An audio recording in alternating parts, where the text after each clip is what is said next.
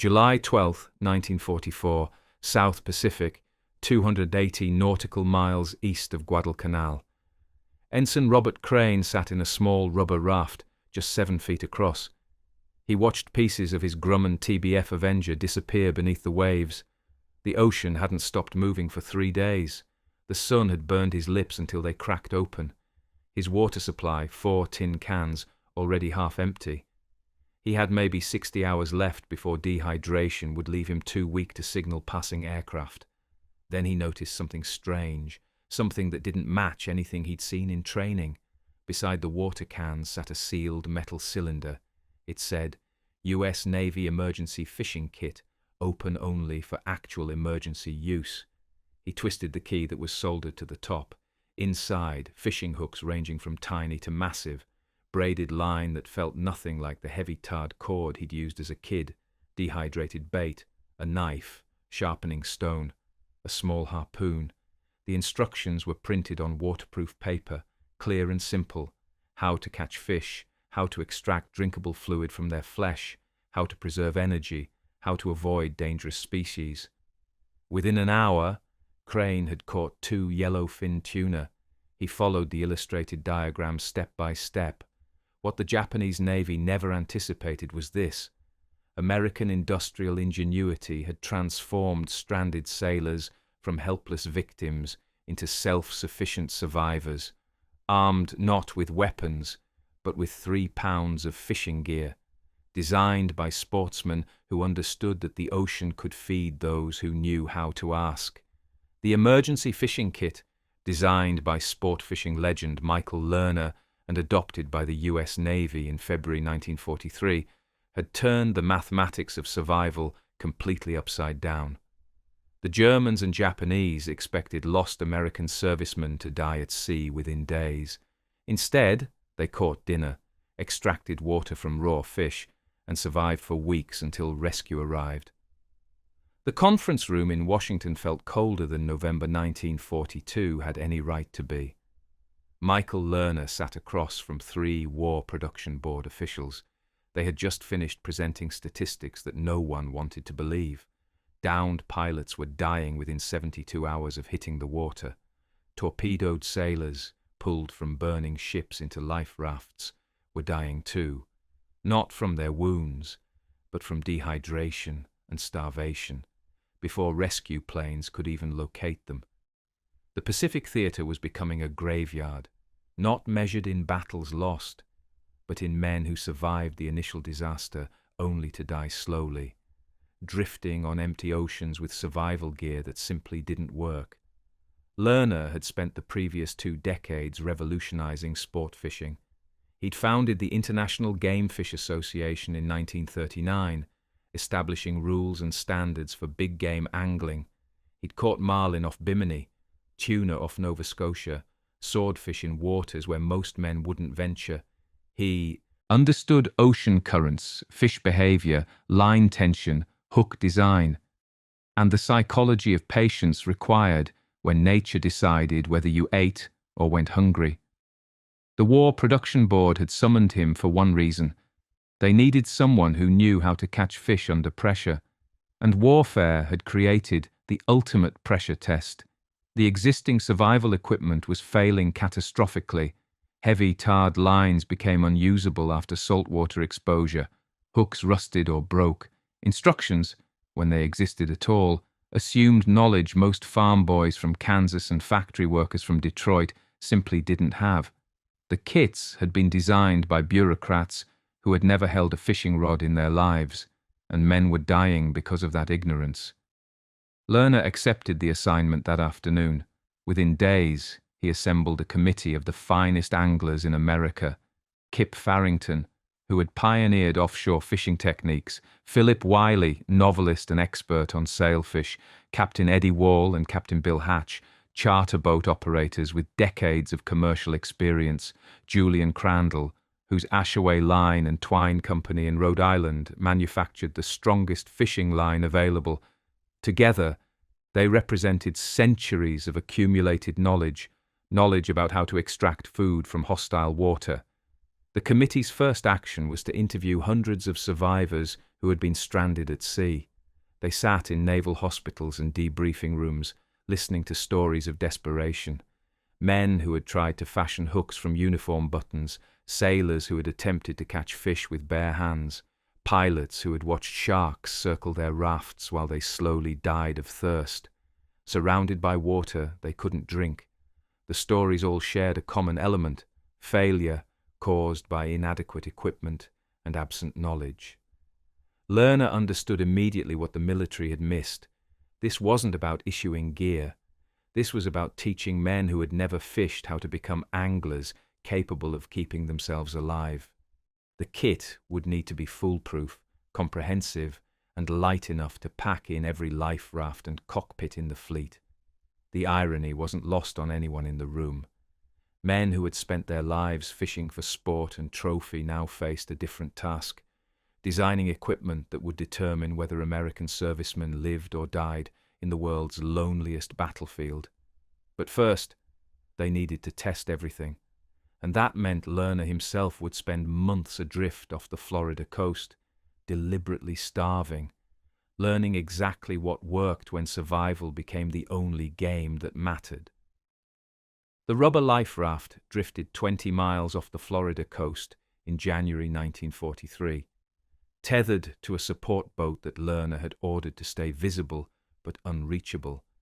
He had been alone for 3 days, nothing but prototype fishing gear and the knowledge that men were dying in the Pacific. Dying because existing equipment failed when it mattered most. The sun had blistered his face. His lips cracked when he moved them. The water ration he'd allowed himself, matching what a downed pilot would carry, sat nearly empty beside him. This was the test that mattered. Not theory, not laboratory conditions. Actual survival.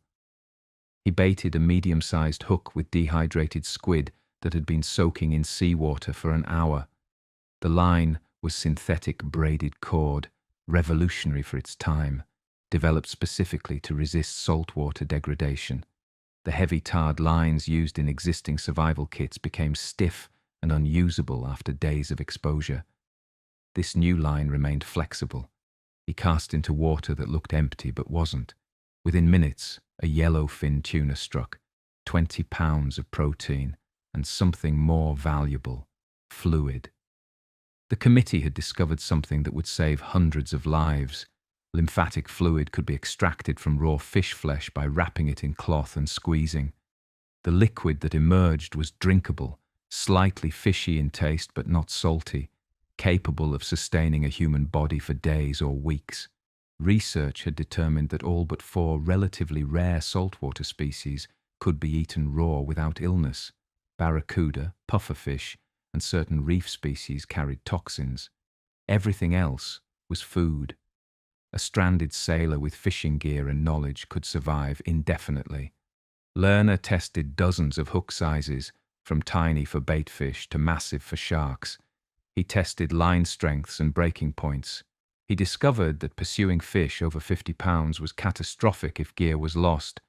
So the instructions would discourage ambition. Catch what you need, preserve your equipment, stay alive. The committee members participated in extensive sea trials, each man spending days deliberately subjecting himself to conditions that killed unprepared sailors. Philip Wiley tested bait preservation. Kip Farrington experimented with techniques for catching birds that landed on rafts. Captain Eddie Wall and Captain Bill Hatch contributed decades of commercial knowledge about fish behavior and feeding patterns. The instruction manual became as important as the gear itself. Printed on waterproof paper in clear language, it explained everything: how to bait hooks, set depths, extract fluid, preserve fish flesh, how to avoid dangerous species, catch turtles, spear crawfish. The manual assumed zero prior knowledge. A farm boy from Kansas who had never seen an ocean would be able to feed himself using these instructions. That was the standard, not expertise, survival. By February 1943, the committee had created a comprehensive system, packed in a sealed metal cylinder weighing 3 pounds, hooks of various sizes, synthetic braided line, dehydrated bait, a knife, sharpening stone, small harpoon, net, instructions that could keep a man alive indefinitely. Julian Crandall's Ashaway Line and Twine Company in Rhode Island stood ready to manufacture thousands of units. The design was proven. The testing was complete. But the kit required formal Navy adoption, and bureaucracy moved slower than drowning men sank. Lerner submitted the final design with test results, survivor interviews, and his own documentation of successful sea trials. The evidence was overwhelming. The kit worked. It would save lives immediately.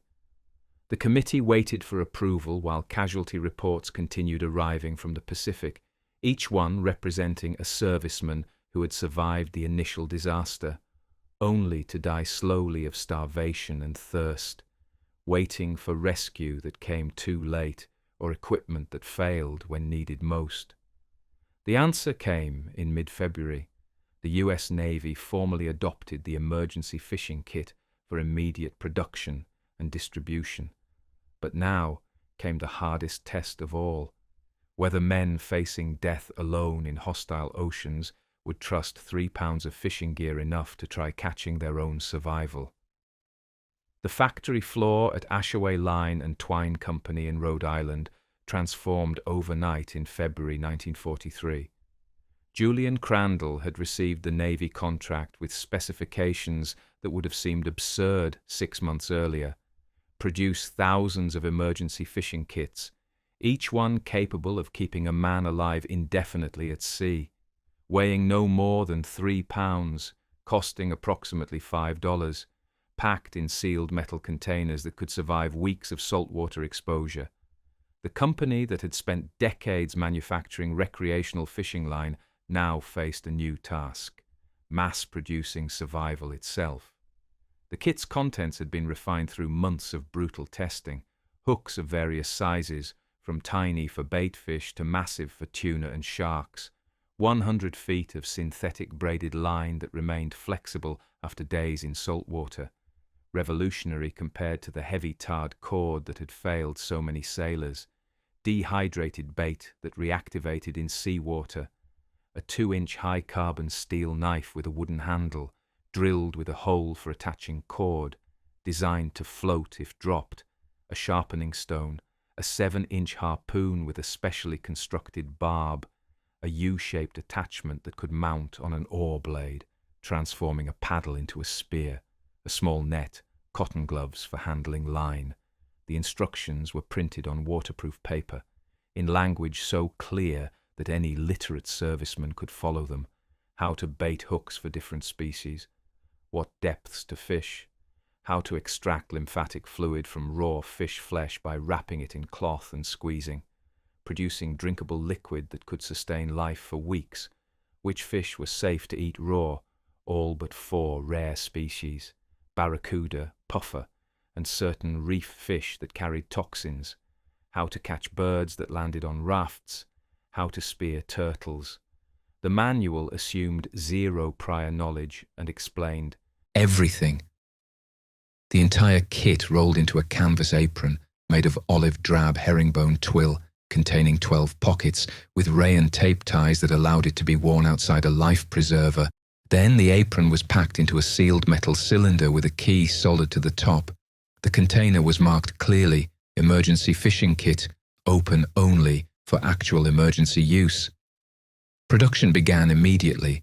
Ashaway worked 3 shifts, assembling kits with the precision that usually went into manufacturing ammunition. Each hook was bound to its rig with Scotch tape. Each line was attached to swivels with a surfman's hitch and 3 wraps. Each knife was tested to ensure it floated. Each metal container was sealed and inspected. The work was methodical, industrial, and relentless. By March, the first shipments were leaving Rhode Island, bound for naval bases across the Pacific and Atlantic. Life rafts and aircraft emergency kits received priority. Every lifeboat on ocean vessels over 3,000 gross tons would carry one. The mathematics was simple and profound. 3 pounds of fishing equipment represented the difference between a sailor dying of starvation within 72 hours and that same sailor surviving for weeks, feeding himself, extracting drinkable fluid from fish flesh, maintaining strength until rescue arrived. The kit cost $5 to manufacture. A trained pilot cost tens of thousands to train. The return on investment was calculated not in dollars, but in lives that would otherwise be lost. By April 1943, emergency fishing kits were standard equipment across all branches of the American military maritime services. Other Allied nations requested the design and began producing their own versions. A smaller kit was developed specifically for downed airmen, compact enough to fit in cockpit emergency rafts. The system that Michael Lerner and his committee of sportsmen had designed was now deployed across every ocean where American forces operated. But the question remained unanswered. Would men facing death alone in hostile water, exhausted and terrified, trust 3 pounds of fishing gear enough to try catching their own survival? The first letters from the Pacific would provide the answer, written in shaking hands by sailors who had learned to fish because the alternative was drowning in despair. The first letter arrived at the International Game Fish Association headquarters in July 1943. The envelope was salt-stained and bent. Mailed from Pearl Harbor by an aviation machinist's mate named Robert Carson, who had spent 8 days adrift in the South Pacific after his PBY Catalina ditched during a reconnaissance flight. He wrote in pencil on lined paper, his handwriting shaky but legible. He had opened the emergency fishing kit on the second day, when his water ration was half gone and desperation had overcome his reluctance to trust instructions he'd never seen. Before, he followed the illustrated manual, baited a medium hook with dehydrated squid, caught a yellowfin tuna within an hour, extracted lymphatic fluid from the raw flesh by wrapping it in cloth and squeezing, exactly as the instructions described. The fluid tasted slightly fishy but wasn't salty. It kept him alive. He caught fish every day. On the 8th day, a Navy patrol plane spotted him, sunburned and exhausted but conscious and strong enough to wave. He ended his letter with 7 words. "That kit saved my life. Thank you." By September, hundreds of similar letters were arriving weekly. A torpedo bomber pilot named James Mitchell survived 11 days in the Philippine Sea, catching bonito and skipjack tuna, following instructions for extracting water, eating raw fish flesh that provided both protein and moisture.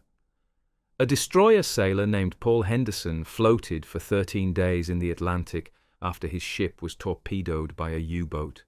Feeding himself with fish he caught using hooks sized for different species, preserving his strength until a merchant convoy rescued him. A marine aviator named Thomas Wright ditched off Guadalcanal and spent 15 days fishing before reaching a friendly island, arriving healthier than most men expected after 2 weeks at sea. The patterns were consistent. Men who used the kits correctly survived far longer than previous survival statistics suggested possible. The Navy began compiling data. Before the emergency fishing kit, sailors and airmen stranded at sea typically died within 72 hours, from dehydration and exposure. With the kit, survival times extended to 10, 15, even 20 days. The psychological impact mattered as much as the physical. Men with fishing gear had purpose. They could take action rather than simply wait for death. That sense of control kept despair from consuming them. Allied nations noticed. Britain requested specifications and began producing their own versions for the Royal Navy and RAF. Canada adopted the American design with minor modifications. Australia ordered thousands of kits for Pacific operations. The smaller airman's kit, developed specifically for compact emergency rafts in fighter cockpits, proved equally successful. A P-38 Lightning pilot named Charles Anderson survived 9 days in the Coral Sea using the compact version, catching reef fish and extracting enough fluid to supplement his emergency water ration. Navy Command recognized what Michael Lerner and his committee of sportsmen had achieved. Recreational anglers with no formal military engineering background had created survival equipment more effective than anything designed by traditional procurement systems. The kit worked because it had been tested by men who understood fishing at the deepest level, who had spent decades learning ocean behavior and fish psychology, who knew the difference between theoretical design and practical application. Under pressure. The letters kept arriving, each one a testament to 3 pounds of fishing gear and clear instructions that turned hostile oceans into sustainable environments. But across the Pacific, German and Japanese forces remained unaware of this American advantage. Axis naval doctrine still assumed downed Allied airmen would die within days. Their search and rescue protocols reflected that assumption. They didn't know that American servicemen were catching their own food, extracting their own water, surviving long enough for rescue operations that Axis planners considered futile. The mathematics of survival had shifted, and only one side understood how completely the equation had changed. The German U-boat commander filed his after-action report in October 1943, with confusion evident in every line. His submarine had torpedoed an American destroyer escort in the North Atlantic. The attack had been perfect. The ship sank within minutes, lifeboats and rafts deployed. Standard naval doctrine dictated that survivors would perish within 72 hours, from exposure and dehydration. Allied rescue operations rarely searched beyond that window. The strategic calculation was simple. Concentrate rescue resources on recent sinkings within the 72-hour survival limit. Beyond that, searches consumed fuel and time for diminishing returns. Yet, 3 weeks later, intelligence intercepts revealed something unexpected. 11 sailors from that destroyer had been rescued alive by a British corvette, healthy enough to return to duty within days. The U-boat commander couldn't explain it. Neither could German naval intelligence. The assumption of 72-hour survival limits had shaped Axis naval doctrine since the war's beginning. Japanese naval strategists calculated convoy attack timing based on that window. If a carrier strike force destroyed American vessels beyond rescue range, those crews were written off as casualties. German wolfpack tactics in the Atlantic relied on the same mathematics. Sink ships faster than rescue operations could respond, and attrition would win the war. The Axis navies possessed their own survival equipment, but it was basic: water rations, emergency food, flares, nothing that extended the survival window significantly. Their doctrine reflected that limitation, but American servicemen were surviving 10, 15, even 20 days at sea. The emergency fishing kits had fundamentally altered the equation. A downed pilot in the Pacific who would have died on day 4 was catching tuna on day 12 and being rescued on day 15. A torpedoed sailor in the Atlantic who should have perished from dehydration was extracting lymphatic fluid from raw fish and surviving until a convoy passed close enough for rescue. Allied search patterns expanded accordingly. What had been considered futile became standard procedure. Rescue operations extended their search. Duration, because survivors were living long enough to be found. Axis intelligence noticed the anomaly but never identified the cause. German after-action reports from late 1943 through 1945 show recurring frustration. Allied personnel losses following naval engagements were consistently lower than projections. Japanese naval commanders reported similar discrepancies. Their tactical victories weren't translating into expected strategic attrition. American carriers maintained higher pilot availability than Japanese calculations predicted.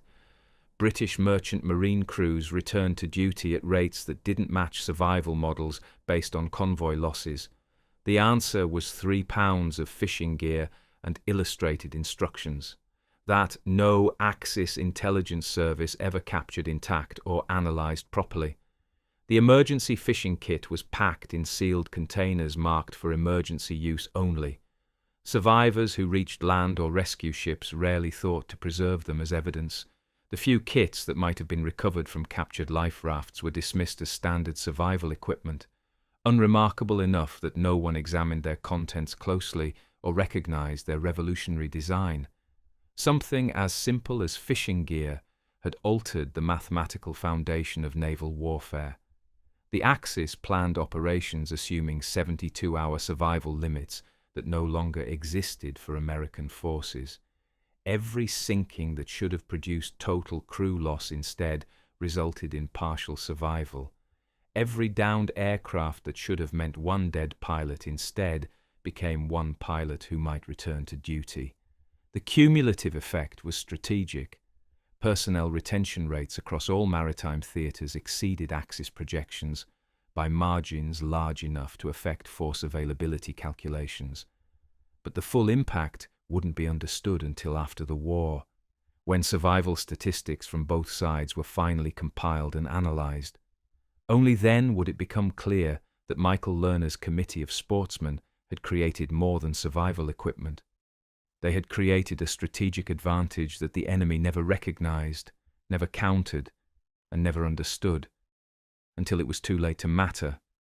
The war at sea had been won by many factors, but among them was the quiet fact that American sailors had learned to fish, while German and Japanese strategists continued planning for men who would die on schedule. The field hospital reports arrived at the International Game Fish Association headquarters in spring 1943, and they all told the same story. Wounded servicemen recovering at remote Pacific outposts and forward medical stations had little to occupy their time. They sat in tropical heat or Arctic cold, healing from injuries that had ended their combat service temporarily or permanently, eating monotonous rations, staring at tent walls or Quonset hut ceilings. Medical officers reported that morale among recovering troops was dangerously poor. Men healed physically but deteriorated psychologically. The inactivity bred depression. The isolation bred despair. Michael Lerner recognized an opportunity that had nothing to do with survival and everything to do with living. Many of these field hospitals were located near rivers, lakes, or coastlines with abundant fish populations. Fresh food would supplement inadequate military rations. More importantly, fishing would give wounded men something to do beyond waiting. It would give them purpose during recovery, the same sense of control that the emergency fishing kits provided to men stranded at sea. He proposed the idea to the War Production Board in Washington: design a recreational fishing kit specifically for wounded servicemen, distribute them to field hospitals and recovery stations across all theatres, let injured soldiers fish local waters, catch fresh food, occupy their minds with something productive. The bureaucrats listened politely and did nothing. Months passed. Lerner grew frustrated watching government inaction, while medical officers continued reporting morale problems among recovering troops. He made a decision that defined his character. If the government wouldn't act, he would. In early 1943, Lerner personally financed the development and initial production of recreational fishing kits. He used his own money, channeled through the International Game Fish Association, to design and manufacture equipment intended specifically for therapy rather than survival. The recreational kits contained 100 feet of 30-pound test fishing line, assorted lures, hooks of various sizes, sinkers, a spearhead, a dip net, and comprehensive instructions printed on waterproof paper explaining local fishing techniques. The contents were wrapped in a twill sleeve for easy transport. Each kit weighed 41 ounces. The cost came from Lerner's personal funds. The IGFA partnered with the American Red Cross to handle distribution. The Red Cross had established networks reaching field hospitals and recovery stations across the Pacific, Europe, North Africa, and remote outposts where wounded servicemen convalesced far from combat zones. The first 3,000 kits shipped in summer 1943. Medical officers distributed them to recovering patients with simple instructions: go fishing. The response was immediate and overwhelming. Letters flooded back to IGFA headquarters from servicemen who had discovered that fishing provided more than food. It provided escape from pain, distraction from trauma, and evidence that they could still accomplish something meaningful. A Marine corporal recovering from shrapnel wounds in the Solomon Islands caught grouper off a pier and fed his entire hospital ward fresh fish for the first time in months. An Army private healing from frostbite in Alaska spent afternoons pulling salmon from streams, rebuilding strength in damaged hands while his mind focused on current and line tension, rather than injury and loss. A Navy seaman recovering from burns in the Philippines found that standing in shallow water with a spear restored his sense of capability when everything else had been taken from him. Medical officers reported that patients with fishing kits showed improved morale, better appetite, faster recovery times, and reduced incidence of depression-related complications. The therapeutic value extended beyond anything Lerner had anticipated. Fishing wasn't just recreation, it was rehabilitation. It was medicine delivered through purpose rather than pills. The demand quickly exceeded supply. Thousands of letters arrived requesting more kits. Field hospitals across the Pacific Theater pleaded for additional equipment. The same sport that had saved lives at sea was now healing minds on land, proving that fishing's value extended far beyond survival or recreation into something more fundamental, the human need to engage with nature, to exercise skill, to pursue something living rather than dwell on mortality. By war's end, thousands of recreational fishing kits had been distributed to wounded servicemen worldwide, each one representing Michael Lerner's personal conviction that healing required more than time. It required activity, purpose, and the quiet satisfaction of pulling something living from water, proof that life continued, and so would they. The statistics emerged slowly after the war, compiled from survival reports, rescue logs, and letters stored in Navy archives.